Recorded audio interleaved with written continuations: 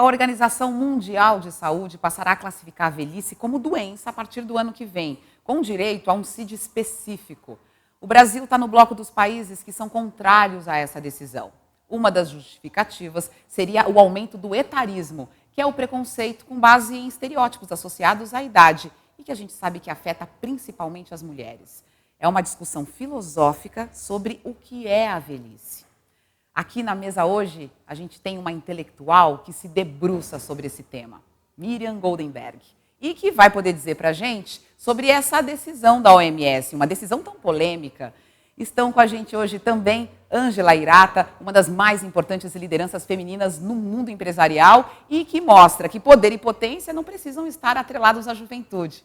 Também estão conosco Neon Cunha, mulher negra, ameríndia, transgênera, questionadora da branquitude e cisgeneridade tóxicas, uma das mais reconhecidas vozes da despatologização das identidades trans no Brasil. Ela defende os direitos de uma população que sequer tem direito de envelhecer aqui no país. E vai nos lembrar que, por aqui, a velhice é muitas vezes um privilégio. E para completar essa mesa maravilhosa, temos também a Sandra Benites, professora, antropóloga, primeira indígena curadora de arte do MASP, que traz outra perspectiva para o tempo. Muito obrigada pela presença de vocês aqui. Importante, é um tema importante que a gente tem que debater. Que bom. Eu vou começar então com a Miriam, né? Para a gente falar sobre essa polêmica em relação a essa nova diretriz da OMS. Por que é tão polêmico? Por que velhice não é doença, Miriam? Bom, você imagina nós recebemos essa bomba no meio de uma pandemia, onde houve um aumento enorme da velhofobia no Brasil. Então, na pandemia, nós percebemos muitas coisas que estavam invisíveis, que já existiam, nada é novo, mas que estavam invisíveis. Que é o que eu chamo de velhofobia, pode chamar de etarismo, idadismo, não importa a palavra. Mas a violência contra os velhos é uma realidade no Brasil. Violência física, violência verbal, violência psicológica, abuso financeiro, maus tratos, tudo isso que já existia, que na pandemia ficou muito mais claro, inclusive com os discursos velhofóbicos. Velho pode morrer. Velho só é um peso para a sociedade. E aí vem uma notícia dessa que velhice é doença, que velhice vai ser considerada doença. Aqui no Brasil a reação foi muito forte, justamente porque nós já vivemos esse preconceito, essa discriminação e essa violência. Velhice não é doença, velhice é uma conquista. O fato de nós hoje podemos viver até os 80, 90 e até 100 anos, como as pessoas que eu venho pesquisando, com saúde, com lucidez, né, com amor, com afeto, com família, é uma conquista e é uma luta. Então, dizer que a velhice é uma doença é um enorme retrocesso e é um reforço a essa velhofobia que já existe no Brasil. Sim, e é bom que a gente comece a partir daí a discussão. A gente está discutindo o envelhecimento aqui a partir de outros parâmetros e outras perspectivas. E aí eu pergunto para Sandra Benites, que é descendente do povo Guarani, né, para entender como o envelhecimento, essa questão do envelhecimento nessa cultura, né? Qual é o papel da mulher, das mulheres mais velhas nessa sociedade, Sandra? Oi, que bom, né, falar da velhice. Para nós, para a população indígena de modo geral, a velhice é um sinal de sabedoria, é acúmulo de experiência, é acúmulo de sabedoria. Na verdade, né, a sabedoria, o velhice, na verdade, é a saúde da velhice, né, o bem-estar do velhice, é o bem-estar do futuro, das gerações novas, porque a saúde, né, na verdade, dos mais velhos, o bem-estar do mais velho, significa o futuro seria melhor, né? Então, nós temos por isso que nós temos essa relação do tempo passado, tem a ver com o bem-estar do futuro, né? Então, a velhice, para nós, é um sinal de experiência e um sinal de sabedoria. É acúmulo de experiência que é um acúmulo de sabedoria. Então, se nós não tivermos cuidado, não tivermos sabedoria, né, de dialogar com a sociedade que tem mais experiência, né, eu não diria que é velho. É velho para nós, né, é um sinal de sabedoria. Então, eu acredito que nós temos esse acúmulo de experiência, por isso que nós, de modo geral, de indígena, né, tem muita relação, os mais velhos têm muita relação com, com geração nova, né, que é a experiência. Essa questão da tradição oral e de passar sabedoria, experiência de geração para geração, exatamente com essa ideia de que o bem-estar do futuro. Então, velhice não é doença, né? Velhice é um sinal de sabedoria, um acúmulo de sabedoria e de experiência. Então, por isso, nós temos muito respeito pelos mais velhos. E aí eu vejo que na sociedade ocidental, em determinado grupo, né, que eu acredito que nem todos são assim, mas eu acredito que como se o velho não fosse, como se fosse descartado. E isso é a questão, essa visão dos mais velhos ser descartado, é a questão do capitalismo, é o consumo, né? Como se o outro não tivesse uma outra forma de contribuir para a nossa sociedade melhor.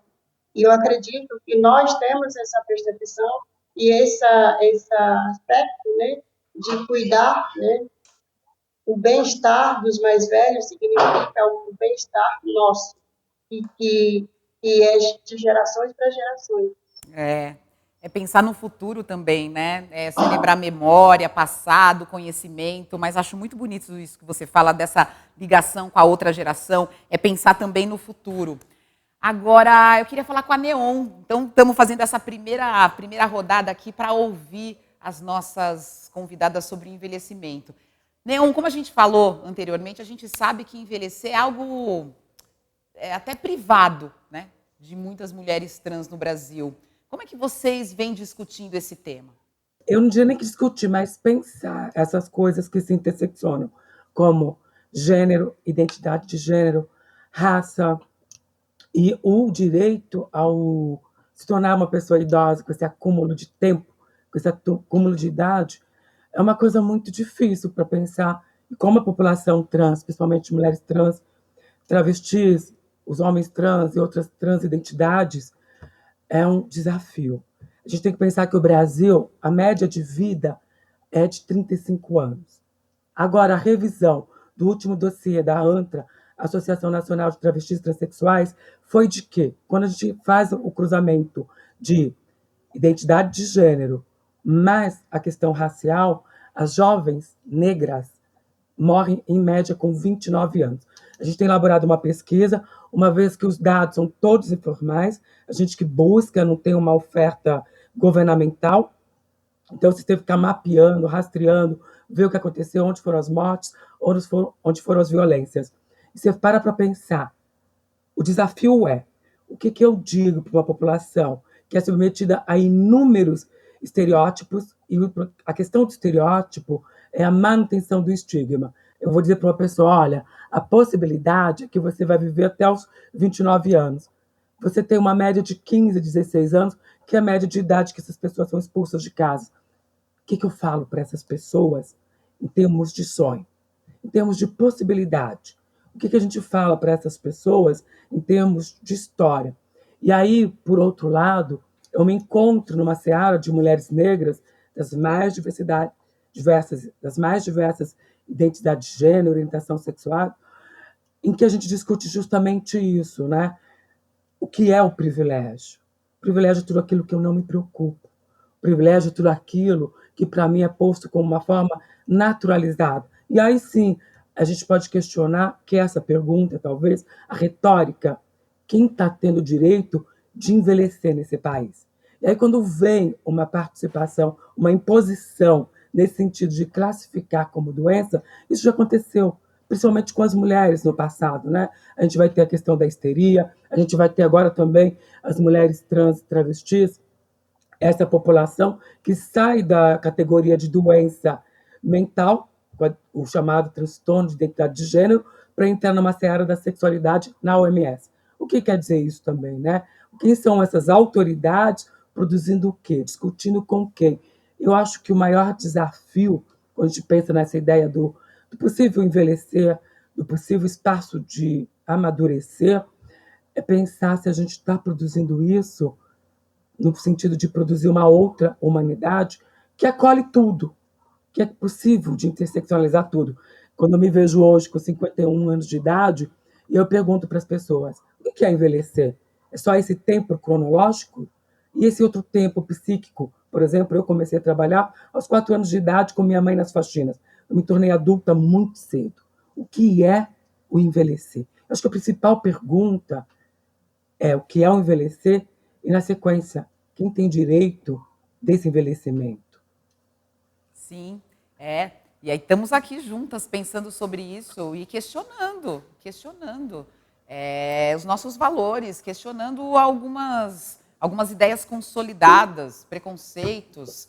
E para continuar o nosso giro aqui, a gente coloca na conversa a Ângela Hirata, a Ângela que, quando era CEO da Alpargatas, colocou as Havaianas no mapa, tornando uma marca assim mundialmente conhecida. Ela é sócia de uma empresa, tem um caminho admirável como executiva e hoje, né, o mercado de trabalho vem apostando na diversidade, principalmente aí para trazer novas vozes. E o que eu quero saber dela é como que ela vê esse mercado também para as mulheres maduras, né?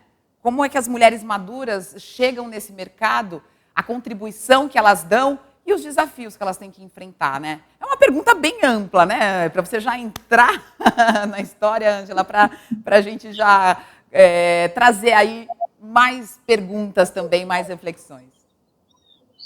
Adriana, é um prazer estar falando com vocês. A Andréia, né? A Neon, a Miriam, Sandra, desculpe, Sandra, é isso? Sim, É um prazer falar com todos vocês. Eu prestei muita atenção nas falas de vocês. Tem muito a ver também com a minha vida mundo afora. Eu digo mundo afora porque eu visitei Mascateando Havaianas para mais de 100 países. E eu digo assim, eu sempre fui criada com uma única palavra. Você é a filha mais velha, depois de você tem 12 irmãos, nós somos em 13. Então, o que você fizer de positivo ou negativo, eles vão copiar. Então, a responsabilidade é tua. Era essa recomendação que eu recebi dos meus pais. Pois bem, com 15 anos eu vim para São Paulo, eu nasci na cidade do interior de São Paulo, vim para São Paulo, eu sou de uma família de religião, mas eu entrei no internato católico. Houve uma mistura de cultura, mas acho que isso me ajudou muito. Pois bem, o primeiro emprego foi no Diners Club do Brasil, depois Columbia Pictures, e eu fui consultora da companhia Hering e o Boticário.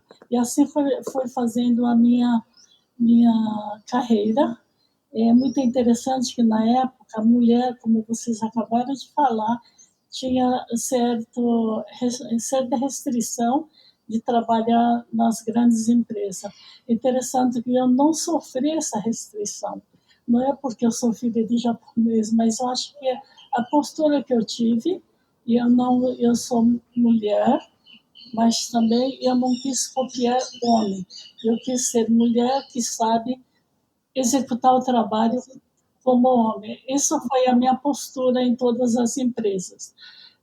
Depois de algum tempo, eu fui convidada para ser sócia de uma empresa de comércio internacional da Azaleia, no Rio Grande do Sul. Fiquei 7 anos no Rio Grande do Sul, trabalhando na questão de internacionalizar produto com a marca brasileira Made in Brasil. Só que eu não consegui fazer isso porque cada empresa naquele momento produzia quantidade absurda de um modelo só, vendia para os americanos. Então, eu fui vencida e vim para São Paulo, trabalhei uma ocasião no Philips do Brasil, na nacionalização do celular no Brasil. Em seguida, recebi uma proposta da Alpargatas para internacionalizar o produto da Alpargatas. Naquela ocasião era Topper, acho que vocês conhecem, para chuteira, calçado de futebol. Sim. Quando eu vi o Topper, comparei com Adidas e Nike, eu vi que eu não tinha condições de superar o Topper com Adidas e Nike. Assim, eu resolvi escolher Havaianas. Recebi grande não do conselho, inclusive perguntaram se eu estava correta na escolha, porque Havaianas era um pedaço de borracha, um sapato que era calçado de pedreiro e isso, etc, etc. Olha aí. Eu disse para ele que esse é o calçado brasileiro. Esse é o calçado que eu quero levar para o mundo, mostrar que nós temos um produto diferenciado. E assim comecei a trabalhar. Tive muitos nãos da conselho e também da diretoria, mas na época o presidente tinha uma cabeça iluminada, ele tinha vindo da Alcoa, ele pegou um papel em branco, assinou e disse assim: eu vou confiar em você. Pode ir para o mercado, mas num ano você tem que fazer acontecer o resultado positivo. E eu disse: em um ano eu vou apresentar em azul. Ele disse: eu não te perdoo nenhuma vírgula em vermelho. E assim foi. No primeiro ano eu tripliquei o faturamento da empresa, sempre trabalhando em equipe, porque ninguém faz nada sozinho.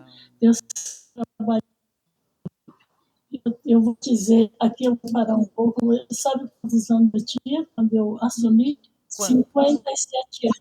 57 anos. 57 anos. 57 anos. Hoje eu tenho 77 anos. Então, o que eu levei na conta sempre? Enquanto o meu cérebro, meu físico tem condições, eu vou ter que fazer muito, eu tenho condições de fazer muita coisa. E além do mais, eu nunca me preocupei pela idade, sabe por quê? Idade vem. Agora, o que importa é o que você pensa, o que você quer ser. Então, foi dessa forma que eu fui. E também eu criei a Japan House. Eu fui contratado pelo governo japonês para criar a Japan House. Então, o que eu sempre digo, não é a idade, o que eu quero ser. Até hoje, eu procuro buscar o que eu quero ser. Então, hoje eu tenho grande trabalho com organizações das Nações Unidas, tenho contrato com eles para criar cidades sustentáveis, indo buscar o conceito japonesa, que é outro conceito japonesa, Barcelona e Dubai. Então, e outros mais que eu tenho. O que eu tenho mais que eu nem me lembro mais. Ela continua, é claro, porque e aí a gente vendo você falar desses projetos novos e falar um pouco da sua carreira, pensar que você foi se aperfeiçoando, foi ganhando experiência, conseguiu fazer dessa experiência algo muito produtivo E a sua experiência hoje é valorizada. É isso que a gente percebe pela sua fala. Não é isso que acontece muitas vezes no mercado. Essa valorização da trajetória de uma mulher, da experiência de uma mulher, da vivência que ela teve e que você continua ainda sendo requisitada e essa experiência valorizada, não é isso? Mas sabe qual é o grande segredo aí? Ah, Você ter uma equipe boa de trabalho, conversar muito, alinhar muito, e trabalhar alinhando e eu ser uma líder. Então, e você vai criando um gestor, né, que dê sequência. Hoje eu não estou mais na Japan House, aham. mas eu tenho tanto orgulho de ver a equipe que eu criei que está tocando o Japan House melhor que eu. Olha Então, aí. esse é o importante. Olha A aí. Alpargata foi a mesma coisa. Entendi. Eu acho que tem essa questão dessa liderança, dessa mulher que tem experiência e que pode, sim, contribuir, que tem que ter um espaço. E tem que ganhar a mesma coisa que o homem. Tem que ter outras mulheres como ela no mercado de trabalho. É isso que a gente também precisa dizer, porque o número de mulheres executivas, CEOs, é muito pouco para grandes exemplos que a gente tem aí dentro do mercado empresarial. Aí, ó, já fiquei nervosa, já fiquei, ó, já dando discursão, fazendo textão, mas que a gente vai se mobilizando aqui.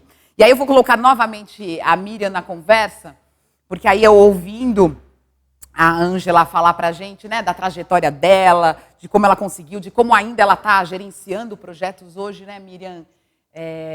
Quando você começou a tratar esse assunto, militar por uma velhice no Brasil, tudo era mato. Já ouviram essa expressão, né? À medida que a expectativa de vida vai aumentando, a sociedade brasileira também tem refletido sobre essa velhice. E você vê, Miriam, mudanças positivas nesse sentido, né? Nessa ressignificação do envelhecimento, da gente olhar para trajetórias, para a gente olhar para o presente? Mudou? Eu digo que nós estamos vivendo uma verdadeira revolução da velhice, ou da longevidade, do envelhecimento. Comecei essa pesquisa que eu faço hoje há mais de 30 anos, pesquisando homens e mulheres, comparando. Só para você ter uma ideia, quando eu comecei a minha pesquisa, eu perguntava para as mulheres o que vocês mais invejam nos homens. E elas diziam categoricamente liberdade. Liberdade sexual, liberdade de ir e vir, liberdade com o corpo, liberdade de envelhecer em paz, liberdade de fazer xixi em pé. Todas as liberdades elas enxergavam só nos homens. Eu perguntava para as mulheres, o que vocês invejam em outras mulheres?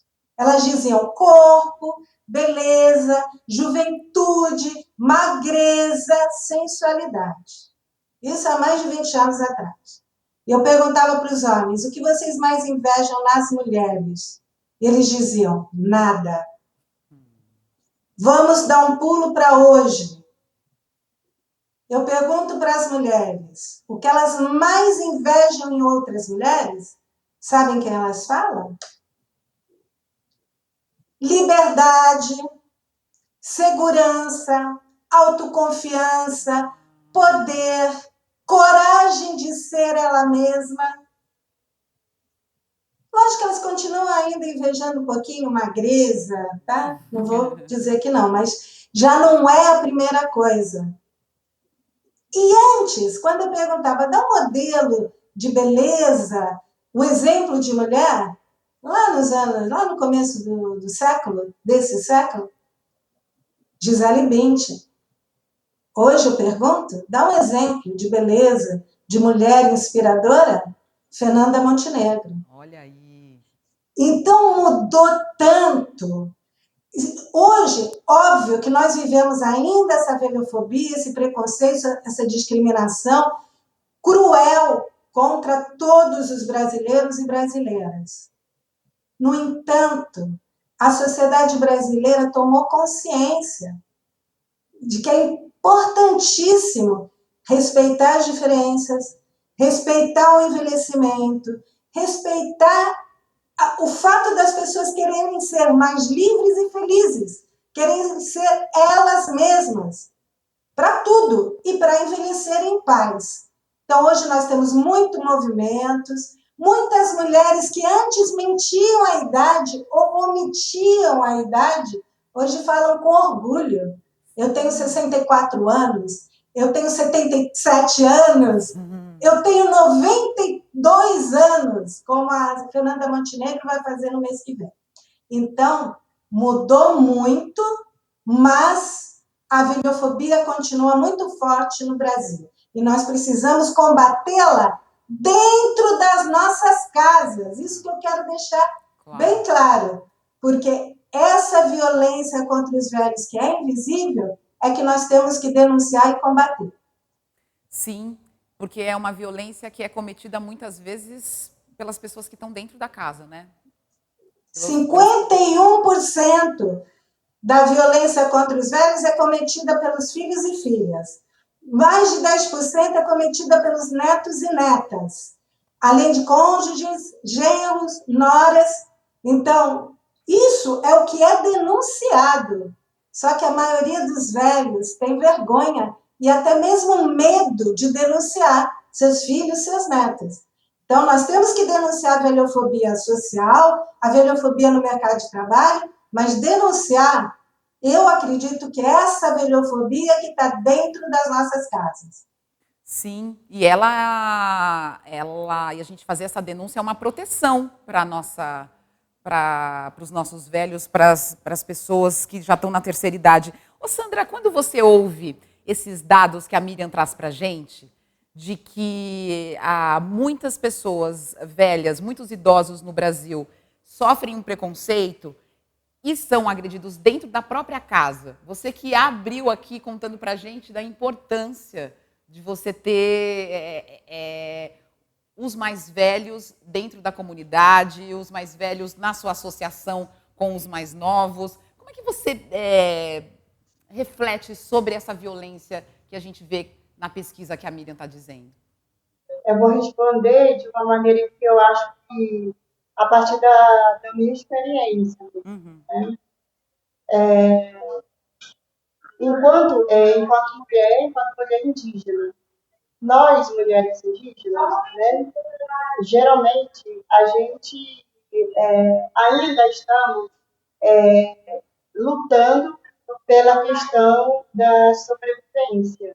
Por quê? Porque nós quer dizer, estamos sendo uma população indígena que são silenciados, e a gente nós não somos escutados. E se a gente tivesse oportunidade de a gente contribuir a partir do nosso perspectiva e a nossa experiência enquanto mulher, enquanto indígena, nós teríamos um diálogo e eu acredito que a partir disso é que nós podemos responder, né, e essa expectativa também, de diversas expectativas, porque nós temos, né, a nossa experiência, eu diria assim, que é uma soma, porque existem várias visões de mundo, né? Existe também várias formas de pensar o mundo. Então, a partir dessa perspectiva, é importante a gente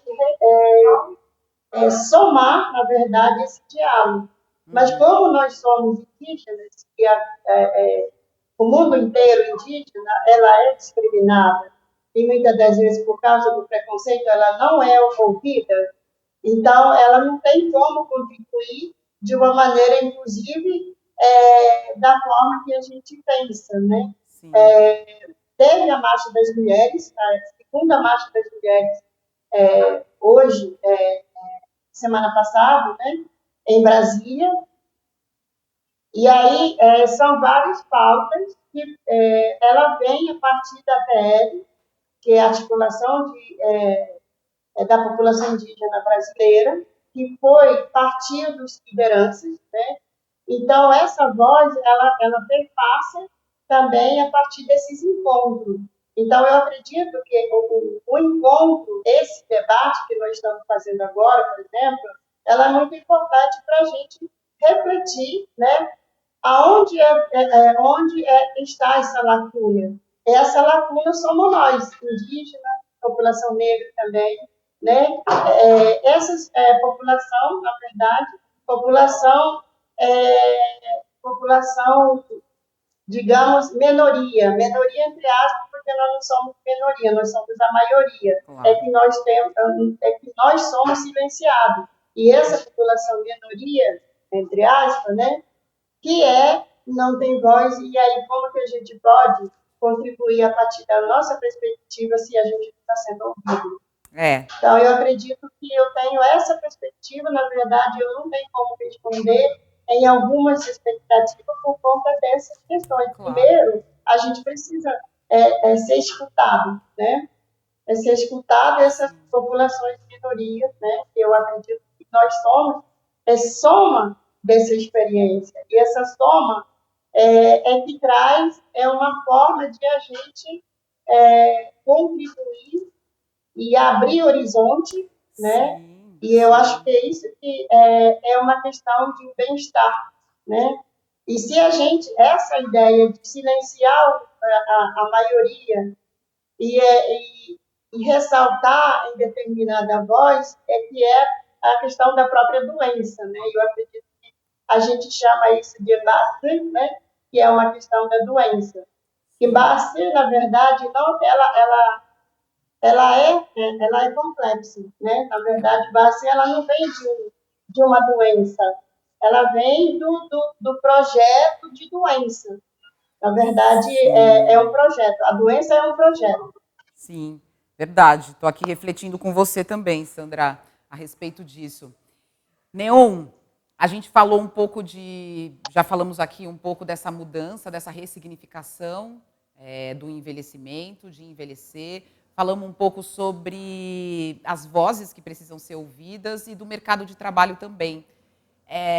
Você consegue falar para a gente sobre esse mercado de trabalho para essa população trans, mas para a população trans que já está na terceira idade, que já é uma população trans de idosas, de idosos?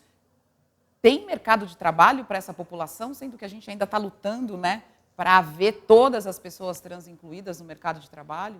Eu acho que a questão é outra, é perguntar se existem essas pessoas envelhecendo e se é permitido envelhecer. Exatamente. A gente tem um pouco de ideia disso, eu sou muito precoce, mas nos anos 80, 90, começo de 2000, acompanhei as operações de extermínio dessa população no centro de São Paulo, operações como Tarântula, Riquete, Rondão, e operações de limpeza mesmo. Então, assim, execução sumária dessas pessoas na rua, em qualquer situação. Tantas questões, porque não tem jeito, né? Quando você olha para as pessoas cisgêneras e pessoas não racializadas, eu vou colocar as pessoas racializadas como povos originários do Brasil e povos originários de África, em especial também, é muito diferente. Eu me lembro de quando a gente começa a pensar no feminismo negro, no feminismo que vai fazer outras intersecções, e que, inclusive, essas mulheres vão questionar, mas quem são essas mulheres que nós estamos falando? Quem são essas mulheres que estão envelhecendo que nós estamos falando?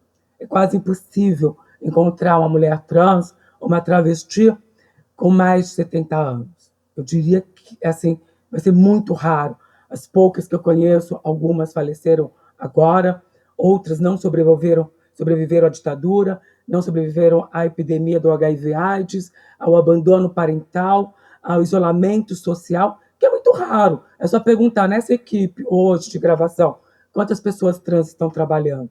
Em todas essas equipes elaboradas, quantas pessoas trans estão na liderança? Por que não estão? Por que não estavam? Para mim, me parece que é o mesmo efeito de discutir qualquer questão de estereótipo. É o estigma colocado. Eu acho interessante quando a gente fala de envelhecimento, como eu não posso fugir mais hoje de pensar nas mulheres que vivem da prostituição, sejam elas cisgêneras ou mulheres trans. Essas pessoas que têm uma expectativa de oferecer prazer remunerado, essas pessoas que podem estar em condições análogas a inúmeras violências, mas pessoas que também escolhem. O que é triste é pensar que muitas estão nesse projeto compulsório de exclusão social, que só vão encontrar na prostituição um lugar de acesso a uma dignidade ainda que muito discutível dentro de um processo de humanidade. Então, pensar nisso é, de novo, questionar será que a partir do meu privilégio eu posso fazer alguma coisa para diminuir essa distância enquanto mulheres? Uma vez que os algozes ainda é o machismo, o cissexismo, o racismo, em alguns lugares a xenofobia. Como que a gente faz, nós, mulheres, para dar conta desse mexer tudo? E eu tenho a sorte, embora hoje eu não cultue nada, não vá, tenho só uma perspectiva de agradecimento sobre tudo isso que eu aprendi, principalmente na matriz africana, que eu aprendi com mulheres negras, que dizem que nossos passos vêm de longe, quando eu consigo encontrar Chica Manicom, Salvador, 1591, a primeira travesti não indígena do Brasil. Pessoas que estavam preocupadas em resgatar essas vivências muito antes desses conceitos impostos pelos colonizadores e aqui no Ocidente, né? Tornando a gente uma ideia idealizada de perfeição a partir do construto eurocêntrico. E a pergunta mesmo é essa, né? De tipo, como a gente vai fazer para que essa população possa envelhecer? Para você tentar uma ideia da dimensão do que eu estou falando. E a gente precisa falar também de saúde reprodutiva, de saúde sexual, de direito ao prazer, nesse envelhecimento, né? Você parar a pensar que se uma mulher trans hoje recorre ao Estado para fazer uma cirurgia de redesignação sexual, porque saúde integral não é só pensar no bem-estar. Olha, então é só isso? Não. Às vezes uma plástica é o que resolve a situação para uma pessoa. Às vezes uma mudança física, que é um desejo dessa mulher, seja ela cis ou trans, faz parte dessa saúde psicoemocional, eu colocaria aqui. Se essa mulher hoje quer essa cirurgia, não existe uma oferta de banco de esperma se ela vai fazer uma remoção ou uma reconstrução genital. E aí, a mesma coisa para os homens trans, não tem uma oferta de banco de óvulos para esses homens que vão fazer a remoção total do aparelho reprodutor. E aí, nessa pergunta mesmo, é nessa provocação. E aí tem uma cultura andina que eu acho que dá o tom para a gente aqui, por isso que eu me coloco como ameríndio. É muito difícil achar minha origem exata enquanto indígena, enquanto que a questão da racialidade já está posta, porque os irmãos pesquisaram, e se encontrou a origem africana que eu carrego. Mas a questão é, quando eu pego esse pensamento andino do bem viver, talvez seja isso que tenha me tocado muito quando eu me torno uma voz deliberadamente assumindo no confrontamento, principalmente ao cissexismo somado ao racismo. De pensar mesmo, assim, de você está comprometida em ampliar isso para todas as mulheres? Para que todas as mulheres das mais diversas possibilidades acessem esse lugar? Porque durante muito tempo também nós fomos constituídas com discursos, inclusive biologizantes, de que era sempre uma disputa, que era da natureza da mulher por uma constituição física de produzir tantos ovos ao longo da sua vida, que ela faria essa disputa eterna. E muito foi difundido nessa coisa da disputa. Qual é o lugar que eu tenho que correr, com quem que estou disputando? E aí hoje eu vejo que a maior mudança para mim é como a gente consegue perceber em nós aliadas, comprometidas, para que nenhuma outra seja submetida a uma anulação. Quando eu escuto Sandra falando, isso vai me puxando cada vez mais, me puxando cada vez, por isso que eu tenho dado nesse discurso muito de questionar qual é a ausência. Por exemplo, nessa mesa, nós não temos a mulher que envelhece com deficiência. Que lugar vai essa mulher quando a gente tem um Estado que praticamente tutela o que ele vai considerar incapaz? Que a pessoa idosa, e eu estou acompanhando um caso de tutelagem familiar, em que a pessoa idosa é tratada como uma pessoa incapaz intelectualmente. E as pessoas vão usar inúmeras questões para desqualificar o posicionamento dessa mulher, que hoje é minha maior referência de vida, aos 76 anos. E aí você olha e fala assim, e aí, finalizando um pouco essa minha fala, tem muito momento de dor. Ela fala para mim hoje, ela fala assim, pois é, você sabe que para nós, mulheres negras, é diferente. Essa mesma mulher que foi obrigada, durante tempo, a me olhar como uma aberração. Hoje ela olha e diz isso. Mas o que tem de mais prazeroso, cada vez que eu encontro com essas mulheres que vão avançando no tempo e promovendo um crescer de humanidade, é uma coisa que eu só encontro nessas mulheres com mais tempo de vida. E aí eu não digo que eu não encontro em todas as mulheres, mas nessas tem um outro sabor, tem uma outra veracidade, que é esse tempo de celebração da vida. parece que sempre é tempo de celebrar. A gente vai para o embate, a gente quer coisa melhor, a gente quer uma vida melhor, a gente quer uma qualidade de vida com excelência, mas tem sempre um ponto de celebração. Eu acho isso muito incrível. Eu acho que talvez, na ausência de existências dessas, na contemporaneidade, essa dimensão infinita que nós mulheres produzimos, porque a gente realmente não sabe quem é a primeira mulher.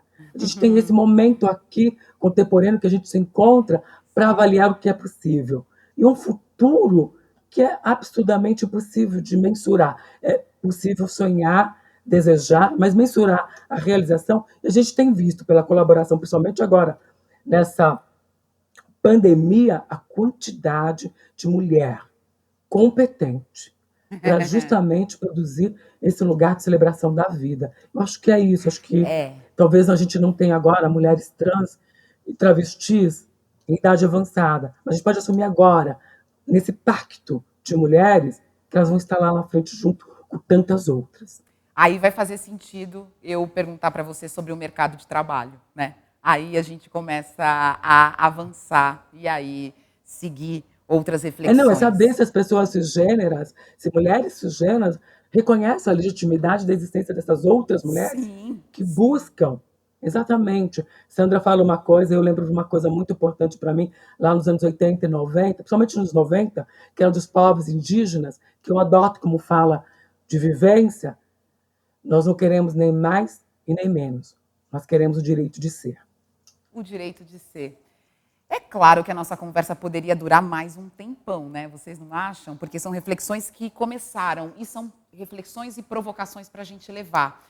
Então eu quero agradecer muito a presença das nossas convidadas, dizer que esse bem viver, que esse encerrando, esse bem viver, eu acho que é muito importante a gente entender o envelhecimento a partir desse bem viver. Muito obrigada a presença de vocês. Esse encontro foi muito potente. Eu espero que tenha inspirado a audiência como ele me inspirou. Com esse super debate, a gente encerra a segunda edição do Festival Sua Idade. E eu deixo com vocês a Paula Merlot, diretora de conteúdo da Vogue do Brasil, para dar um tchau. Um beijo para vocês, até breve. Muito obrigada pela participação de vocês. Foi um prazer tê-las aqui, ouvir mulheres, poxa, que trazem reflexões que fazem a gente mudar parâmetros e perspectivas. Até mais.